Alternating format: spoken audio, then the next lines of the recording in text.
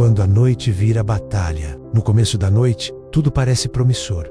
O banho já foi dado, a fralda está limpa, a mamada aconteceu. A luz do quarto está mais baixa. Ainda assim, quando o bebê é colocado no berço, algo muda. O corpo que parecia relaxado se enrijece. As pernas se mexem inquietas. O choro começa baixo. E em poucos minutos, o que deveria ser descanso vira uma pequena batalha silenciosa. A mãe tenta novamente, balança, canta, anda pelo quarto, sussurra palavras suaves. O bebê até fecha os olhos por alguns segundos, mas desperta como se algo o chamasse de volta, e a sensação que fica é a de que o sono está sempre perto. Mas nunca acontece de verdade. No dia seguinte, a exaustão pesa, e a pergunta volta: por que é tão difícil fazê-lo dormir? Ele está claramente cansado. Boceja, esfrega os olhos, reclama, mas na hora de descansar, parece lutar contra o próprio corpo. Se essa história está te tocando, comenta aqui embaixo de onde você está assistindo e que horas são aí. O que quase ninguém percebe é que muitas vezes o bebê não está lutando contra o sono, ele está reagindo ao ambiente. O sistema nervoso dele é imaturo, sensível. Tudo ao redor é sentido com intensidade maior do que imaginamos. Uma luz que parece suave para um adulto pode ser estimulante para ele. Um ruído distante pode ser interpretado como alerta. Uma mudança sutil de temperatura pode incomodar mais do que parece. Quando a noite vira batalha, é comum focar apenas no comportamento do bebê, mas o cenário ao redor raramente entra na equação. O quarto pode estar organizado, bonito, confortável aos olhos. Ainda assim, invisivelmente estimulante para um cérebro que está aprendendo a desacelerar. O sono infantil não começa no momento em que o bebê fecha os olhos. Ele começa minutos, às vezes horas antes. Começa na forma como o dia desacelera, na previsibilidade dos gestos, na constância dos sinais que indicam que é hora de diminuir o ritmo. Sem essa transição, o corpo permanece em alerta. E um corpo em alerta não descansa com facilidade. Ele resiste, não por teimosia, mas por autoproteção. Entender isso muda o ponto de partida. Em vez de perguntar, como faço ele dormir? A pergunta se transforma em o que no ambiente pode estar mantendo o corpo dele acordado, e é nessa mudança silenciosa de perspectiva que o descanso começa a ser cultivado. O ambiente que estimula demais, quando o bebê finalmente parece pronto para dormir. Muitos detalhes do ambiente ainda continuam ativos, mesmo que quase imperceptíveis. A luz do corredor que atravessa a fresta da porta, o abajur que ilumina suavemente o quarto, mas mantém sombras em movimento. A televisão ligada na sala, com vozes abafadas ao fundo, conversas baixas, passos, notificações de celular. Para um adulto, são ruídos comuns. Para um bebê, são estímulos que o cérebro ainda não sabe filtrar. O sistema nervoso infantil está em formação. Ele não distingue facilmente o que é relevante do que é descartável. Cada som pode ser interpretado como informação importante. Cada variação de luminosidade pode sinalizar mudança. Cada toque inesperado pode ativar alerta. O corpo reage antes mesmo que o sono consiga se aprofundar. A temperatura também exerce influência silenciosa. Um ambiente ligeiramente quente demais pode gerar desconforto. Frio excessivo provoca tensão corporal. Tecidos ásperos, etiquetas que encostam na pele, pequenos detalhes que parecem mínimos, mas que para o bebê são sensações intensas. E quando o corpo não está confortável, ele não relaxa por completo. Outro ponto muitas vezes ignorado é a transição brusca. Durante o dia, o bebê vive em um mundo de estímulos. Sons variados e interações constantes o cercam. Se a noite chega sem uma desaceleração gradual, o corpo permanece no mesmo ritmo. É como tentar dormir logo após uma conversa animada, ou depois de olhar para uma tela brilhante. O cérebro precisa de sinais claros de que o ritmo está mudando. Mesmo o excesso de tentativas para fazer dormir pode estimular demais. Trocar de posição várias vezes, acender a luz repetidamente, testar métodos diferentes em sequência. O bebê sente a ansiedade do ambiente. O cuidado é bem intencionado, mas a energia permanece ativa e o corpo percebe. Não se trata de criar um espaço perfeito ou silencioso ao extremo. Trata-se de reduzir camadas de estímulo que mantêm o cérebro desperto. O ambiente previsível comunica segurança, e segurança é o que permite que o sistema nervoso desacelere. Quando a mãe começa a observar esses detalhes, algo muda. A noite deixa de ser uma luta contra o bebê e passa a ser uma investigação suave do cenário. O que pode ser reduzido, o que pode ser suavizado, o que pode permanecer constante todos os dias, porque muitas vezes o sono não é impedido pelo bebê. Ele é interrompido por estímulos que o corpo ainda não sabe ignorar. Pequenos ajustes que mudam tudo. Depois que o ambiente começa a ser observado com mais atenção, a mudança não exige grandes reformas. Não é preciso transformar o quarto em um cenário perfeito de revista. O que realmente altera a experiência do bebê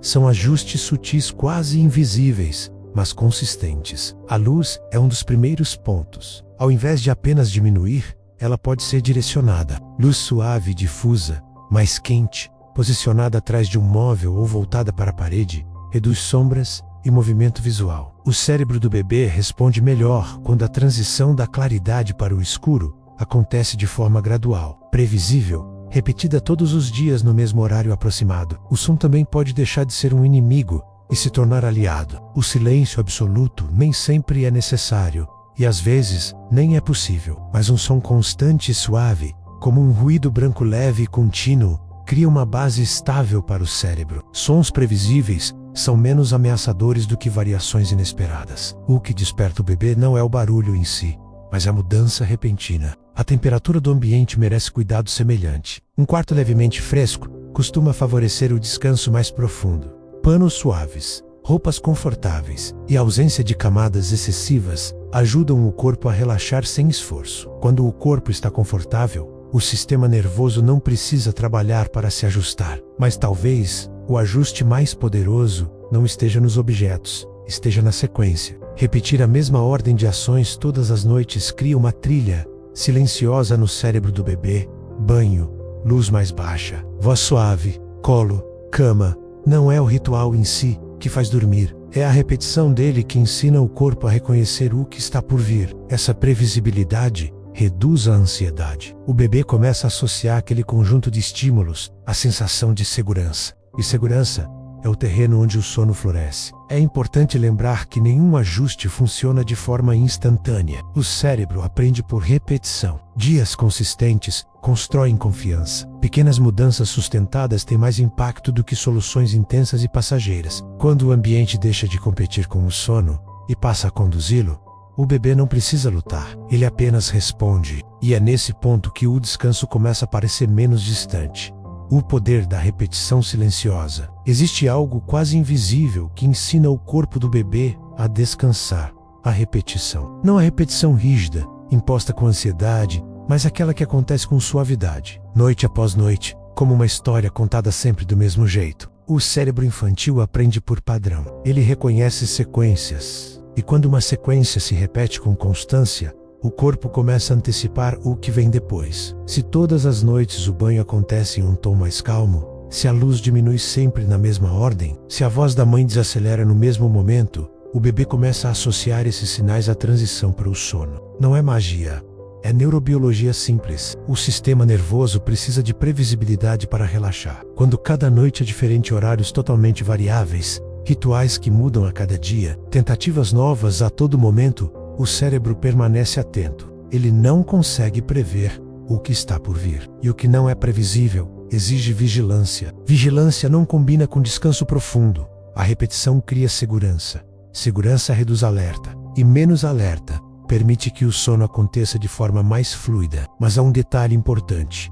A repetição não é apenas externa. O estado emocional do adulto também compõe esse ritual. Bebês percebem tensão. Eles captam pressa, frustração, expectativa excessiva. Quando a mãe está ansiosa para que o bebê durma logo, o corpo dela comunica isso, mesmo sem palavras. E o bebê, sensível como é, responde. Por isso, o ritual noturno não é apenas uma sequência de ações. É uma desaceleração conjunta. A voz que baixa o tom, o toque que se torna mais lento, o movimento que perde a urgência. Pequenas mudanças no ritmo do adulto ajudam o bebê a acompanhar. Com o passar dos dias, algo sutil começa a acontecer. O bebê que antes resistia começa a relaxar mais cedo no processo. O choro diminui antes de escalar. O corpo se entrega com menos tensão. Não porque foi forçado, mas porque reconhece o caminho. A repetição silenciosa constrói confiança. E confiança é o que permite que o bebê feche os olhos sem sentir que precisa permanecer atento ao mundo. Quando o ritual se torna previsível,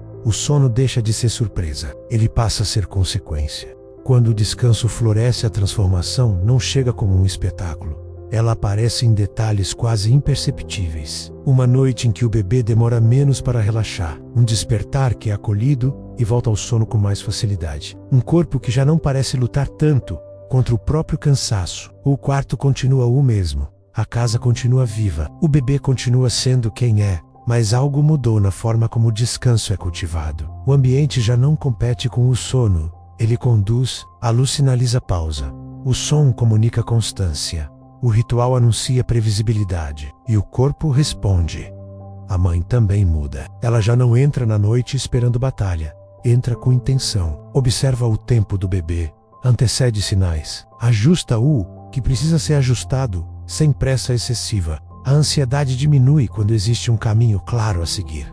Não significa que todas as noites serão perfeitas. Bebês crescem. Fases chegam. Dentes nascem, saltos de desenvolvimento acontecem, mas quando a base ambiental está construída, essas fases deixam de ser caos absoluto, tornam-se etapas atravessáveis. O descanso infantil não é um truque isolado, é uma soma de detalhes consistentes. É o resultado de um ambiente que respeita o sistema nervoso imaturo. É o fruto da repetição gentil. É a consequência de um cuidado que observa antes de reagir. E pouco a pouco, o sono deixa de ser um território de exaustão constante. Ele se transforma em um espaço possível, imperfeito, às vezes fragmentado, mas possível. Talvez o maior encanto não esteja em fazer o bebê dormir profundamente todas as noites. Talvez esteja em perceber que o sono não precisa ser forçado. Ele pode ser cultivado na luz que suaviza, no som que o acalma, no toque que desacelera, na repetição que ensina. E quando o descanso finalmente floresce, ele não traz apenas horas de sono, ele traz algo ainda mais valioso: confiança. Confiança no ritmo do bebê, confiança no próprio cuidado, confiança de que, com pequenos ajustes e constância, o corpo aprende o caminho. Porque no fim, encantar o sono não é dominar a noite, é preparar o ambiente para que o corpo se sinta seguro o suficiente para descansar.